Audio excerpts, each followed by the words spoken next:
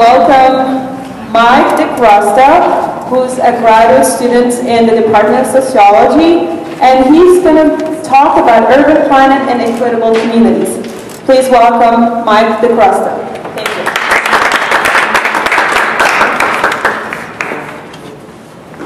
Hi. Is that good? Is that good? Okay. So I think it's important not only that Lehigh students sort of look to understand the rest of the world, but I think it's interesting to note the ways in which not only Lehigh students, but sometimes we sort of misunderstand or misinterpret our own backyards. So I'm going to be talking most specifically about South Bethlehem, where we're at today. And I'm going to be talking specifically kind of about why the world around us looks the way that it does. And I'm going to be making 4 key points or proposals along the way. So those 4 main points I'm going to be trying to make are: 1, the job of creating great spaces has been abstracted from the spaces themselves. We make decisions about sort of what we're building, but we don't really actually consider what we're building when we're making those decisions. 2, in the absence of any sort of structure to do this, there's a huge opportunity for residents to re-adopt the civic realm through small-scale interventions. These include things like tactical urbanism, which I'll be talking about a bit. 3, when non-traditional methods like this, embedded in the community, are used to create space, they create the best spaces. Spaces accessible to everyone in a community. Spaces that help us grow individually by subjecting us to different sorts of people and forcing us to reconcile conflict. And 4, these best spaces also represent something that I call the invisible, visible city. That is, you just sort of fall away, and we forget that we're running on a great trail when we run on things like the Greenway. And it's only sort of in those moments of reflexivity that we realize the worth of the built environment. And those moments sort of inspire us then to keep doing what we're doing. So point number 1, sort of who's making decisions about the built environment? Residents in South Bethlehem, in various communities, have their own ideas. The idea that it could be developers, or that money is primarily talking, that mayors control everything. And to some extent, that's true. But the power structures are a little more complicated than that, I think. Everyone plays their own role in the construction of this environment, and does so with different kinds of motivations and different goals in mind. So there are, of course, developers driven primarily by profit, achieving profit through property acquisition and development, either through new construction or renovating existing structures. There are public servants, elected officials like city councilmen or mayors, directors of economic development. And these sorts of people, when they're talking about how they build things, they're talking about land use decisions that have to do with job creation. They're talking a lot about sort of how do we put a building back on the tax rolls so that it generates some sort of revenue that we can put in the local government coffers. There are directors of planning and there are directors of zoning who have sort of become chiefly preoccupied with administrative things, sort of issuing permits, filling out forms, shuffling papers, essentially bureaucracy. There's the state, which creates tax designations which lure businesses and jobs with the intent to increase the number of jobs and the number of tax dollars created by those jobs. And then, so who kind of deals with design? I mean, we have engineers who incorporate their designs into zoning codes. They sort of decide how tall buildings should be or how wide streets should be. But they don't always do so in the most humanistic of ways. So what I'm getting at is that nowhere in the system is someone whose chief function is to determine the sorts of places that we're creating. Sort of lost is this emphasis on great inspired civic spaces, functional neighborhoods that cater equitably to everyone, and amenities that reflect the purchasing power of everybody. My second point, the role of residents and the role of small, quick, cheap change. So I've missed an incredibly important part of communities when I listed all of those people. The residents and sort of the people who actually live in those communities, business owners, artists, workers, the people who are there day in, day out, every day.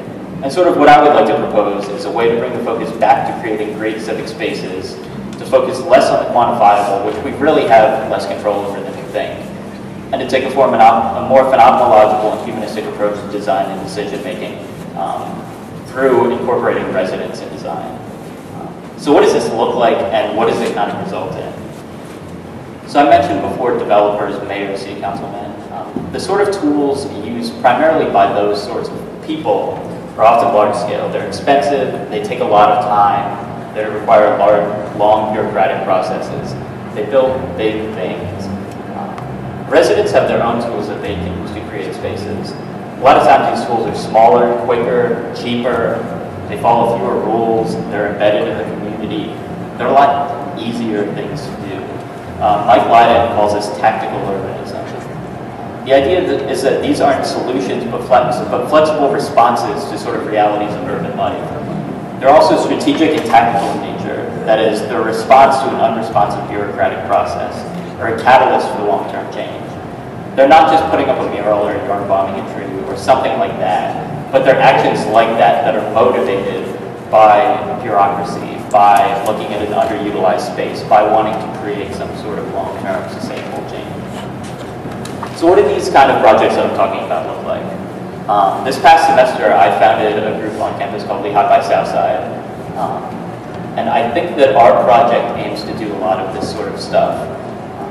So our project involves taking a connector street in the Southside, Adams Street, and using small-scale interventions to make that street more walkable, making it safer, more comfortable, and more interesting for everybody in the community. This has involved a lot of talking to stakeholders as well as students to understand how they walk around and sort of how that space is used. We're hoping that it results in lighting improvements, murals on a mysterious-looking building, and relatively cheap and quick endeavors like bike racks and community signage. The point for all of this, though, isn't to make the street prettier. The point is that by looking at this underutilized but primarily placed street and encouraging its use, we'll add to the core of walkability in the South Side, create more places for people to go and more ways for them to get there. We'll lift the entire usage of the space. Another project is the Esperanza Garden on the Greenway.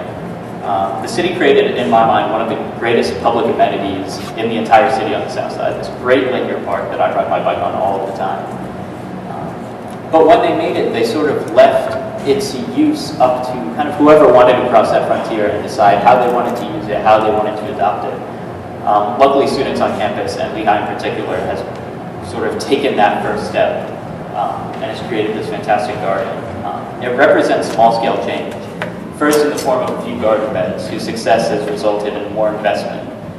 Just last week, we planted fruit trees on the Greenway. We're also going to be hearing later from Andy Poe, who used similar methods to build an enormous skate park on the South Side, which is one of the other great civic public spaces in the city.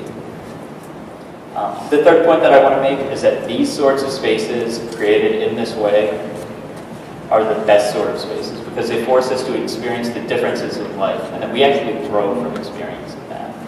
So what is it about these places that are so important and that makes them, in my mind, kind of more important than, say, the casino or Arts Quest? To take nothing away from them, but places like that. And this has been the topic primarily of my master's thesis. To me, these spaces are important because they represent the most open, accessible, and equitably used spaces in the city. They represent what sociologist Elijah Anderson calls the cosmopolitan canopy. And sort of simply put, the idea of the canopy is that it represents a public space where people interact with one another without placing scrutiny on one another due to differences like skin color. Individuals in the canopy practice civility. That is, people don't really get angry there. They mix with others, they interact, they let their guard down a little bit. They practice lower levels of personal security. They're more likely to tap someone on the shoulder and ask them what the score of last night's basketball game was. They're more likely to ask directions there or ask for someone's opinion on where to eat food. And this is important.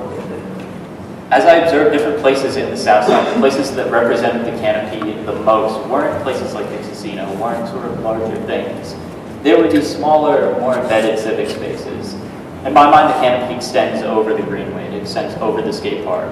There are also some bars and restaurants that lack exclusivity that I believe the canopy extends over as well. When you walk down the Greenway, you can hear so many languages within the span of the block. And just the other day, someone told me Lehigh students were planting berry bushes in the Esperanza Garden. And a Chinese man walked by. He didn't really understand a lot of English, but he was really interested in what was happening. And he showed enthusiasm and curiosity. And he actually picked up a shovel and helped Lehigh students literally plant a bush in the ground. That's important. I'm going to talk about a little more about why that's so important in a second. It's also really important to note that in these sort of spaces, there's no crime, there's no graffiti, there's no crime on the Greenway, there's no graffiti in the skate park. people practice civility in these spaces. Research also shows us that these sort of spaces help prepare us for life and help us grow. Richard Sennett talks about the ways in which suburban neighborhoods and homogeneous spaces in general stifle personal growth by sort of safeguarding us from conflict, from interaction with different people, with the unknown. His research specifically talks about suburban neighborhoods in Chicago, but I think that this applies to Lehigh and to South Bethlehem in general, and that we have to look to create more great civic spaces to really embrace and experience all of the diversity that clearly exists both at Lehigh, but also in the Southside community and in America in general. This community is, I believe, very near to a minority-majority represented community. There are healthier ways that we can exist, and we exist in the healthiest ways in these great civic spaces. The last point that I want to make is sort of what's cool about Lehigh Speaks is that you can kind of test this stuff, so this is my test theory. It's the idea of the invisible, visible city. And this is something that I sort of gleaned from walking around the South Side and doing participant observation. So for a moment, I want you to think about an iPad, or if you're not an Apple person, whatever sort of technology that you really think is cool and is great. And sort of think about what makes that piece of technology so fantastic to use. To me, I would argue that it's the ability for the technology to sort of fall away from the user, to kind of become invisible, allowing you to forget that you're using the iPad, to be fully immersed in the game that you're playing, or the paper you're writing, or the news article you're reading. And it's sort of only in these small reflexive moments that we look back and we look at the cool aluminum buttons, or we look at the glass screen, and we sort of realize how incredible the thing that we're using is, and it inspires us, and it kind of helps us jump back into life. I think that this analogy can be applied to great civic spaces, and I think the best spaces exhibit this quality. They're simple, and we don't really fumble with their uses when they're in our hands. We know that we could go for a run on the Greenway, and while on the Greenway, we bump into different sort of people who are running, who are working, who are walking to work, who are playing, who are just hanging out. But we don't go to the Greenway necessarily because it's the Greenway, because we love the Greenway. We go because something in our human nature impels us to go for a run or go for a walk. And the Greenway is a mechanism that we can do that. It allows us to fulfill these personal desires while also interacting with the rest of humanity. And sort of in those little reflexive moments, you know, you can get to the end of the Greenway, and if you're running at the right time around dusk, you can look up and you can see the sun setting behind the steel stacks. And it's beautiful, and it's analogous to that moment, I think, when you're looking at an iPad or sort of that technology, you think, wow, this is cool. And those are those little moments that sort of inspire us to keep us going. And we put our head back down and kind of keep running. I think that's important. It's places like that, places like Houston Farmers Market that we go to because there's fresh food. But the spectacle of it sort of falls away. We just go because we enjoy it, because it's a great space. So I guess what I'm trying to say is that when you normalize great, equitable design, and you embed it in the community through resident involvement, the results are places that inspire us, they help us grow and negotiate the world around us. They help us understand our neighbors and our friends, they help us raise our kids, they help our kids grow up.